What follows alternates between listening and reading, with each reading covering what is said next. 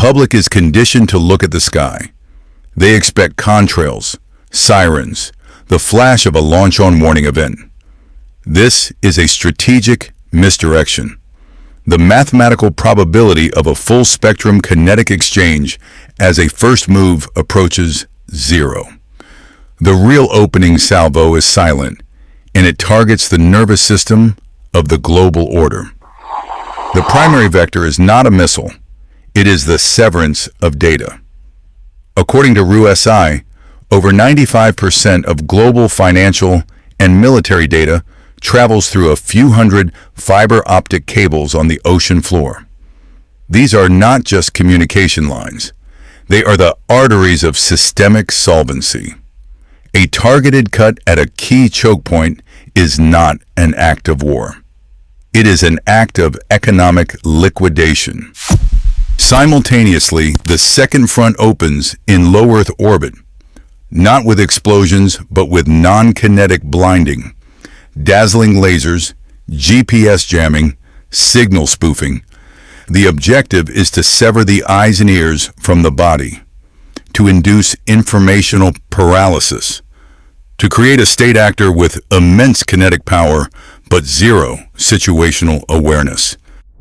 This protocol creates the blind Leviathan, a superpower with thousands of warheads, carrier groups, and fifth-generation aircraft, but it cannot see, it cannot target, and it cannot communicate. Assessments on alliance fragility, such as those concerning a potential NATO collapse, confirm that isolated weakened states are the most predictable. When conventionally cornered and informationally blinded, the Leviathan's protocol has only one remaining step. It is no longer a choice. It is the final, logical action to prevent total systemic failure. Asymmetric escalation. The motive is not victory. It is survival. A protracted war is never just a military operation. It is a line item on a national balance sheet.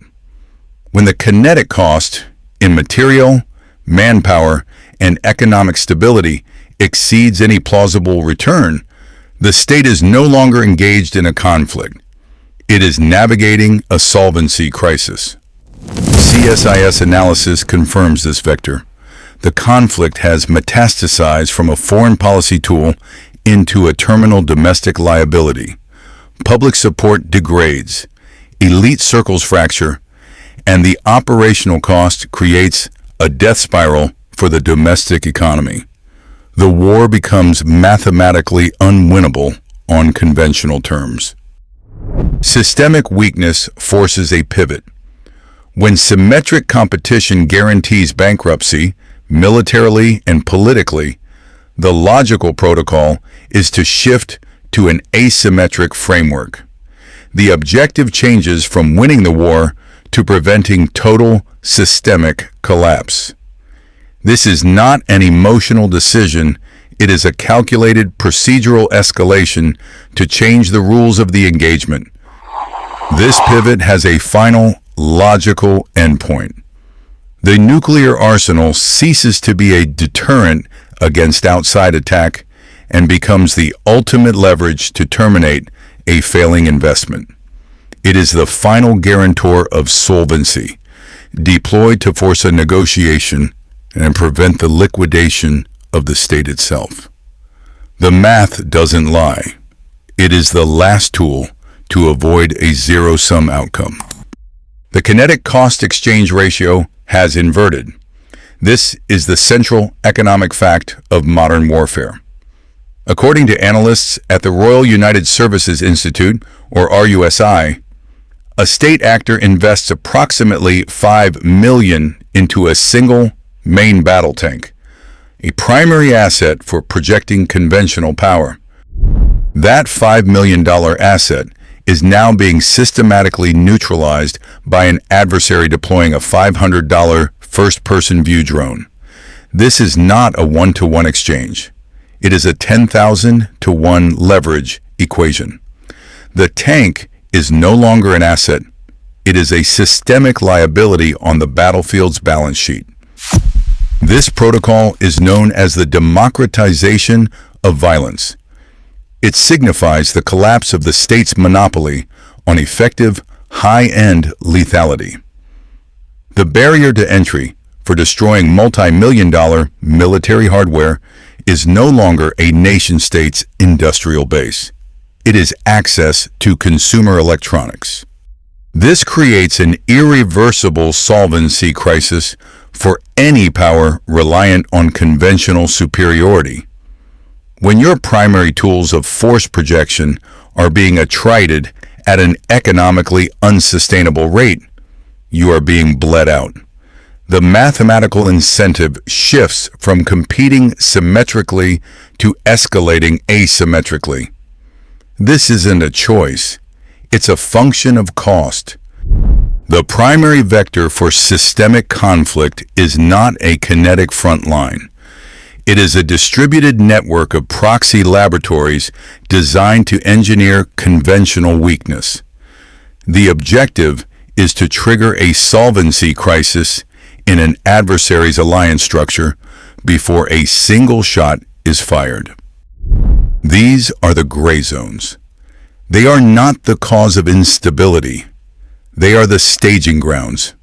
Consider Indonesia. A report from War on the Rocks details a plan for 1 million soldiers. This isn't just regional defense. It's the prepositioning of a massive kinetic asset designed to control maritime choke points and exert gravitational pull on supply chains. Simultaneously, the non-kinetic battlefield is being secured. According to the Epoch Times, the TikTok USDS joint venture is the blueprint. This is not about data privacy. It's about controlling the algorithm.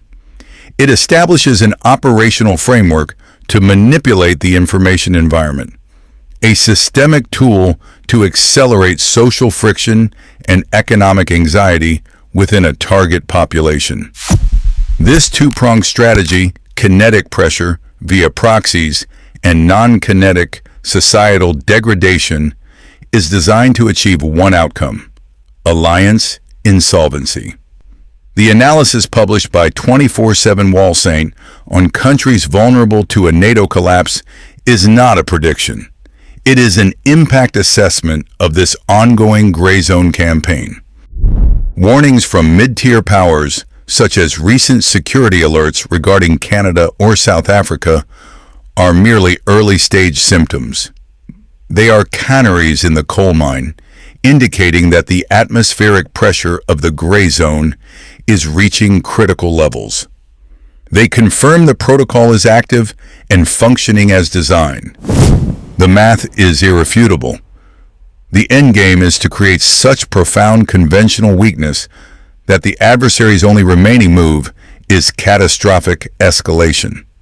This isn't chaos. It is a protocol.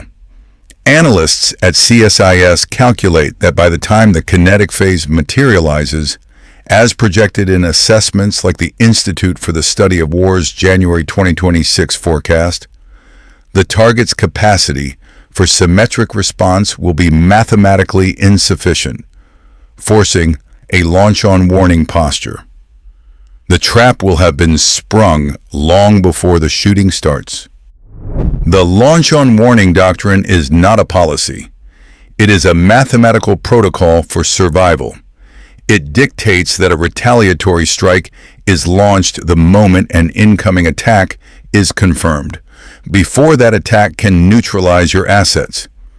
But confirmation is entirely dependent on data. Remove the data, and you create a solvency crisis for the command authority.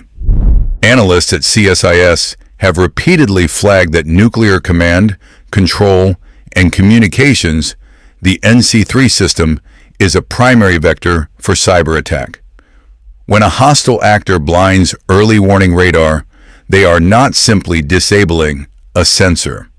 They are initiating the fog of digital war, deliberately creating an information vacuum. The commander is no longer assessing a real-time threat. They are gambling with national extinction based on the last known signal. The protocol presents two outcomes. Option 1, assume it's a technical glitch and wait. If real missiles are inbound, your kinetic response capability is liquidated in its silo. This is total systemic failure. Option 2, assume the sensor blindness is the opening salvo of a decapitation strike.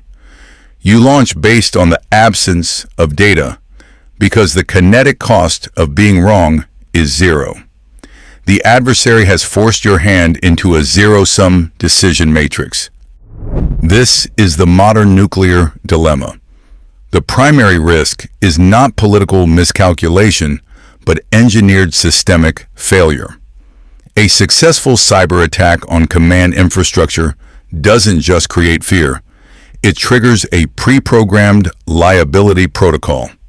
The commander is forced to launch not out of anger, but because the system's logic demands it to prevent a complete write-down of national solvency. The ultimate leverage is no longer the missile, but the ability to blind the entity that controls it. The core strategic protocol is immutable. When conventional solvency degrades, asymmetric escalation is a mathematical certainty. Long-range conflict modeling from the Institute for the Study of War projects a protracted attritional environment into 2026.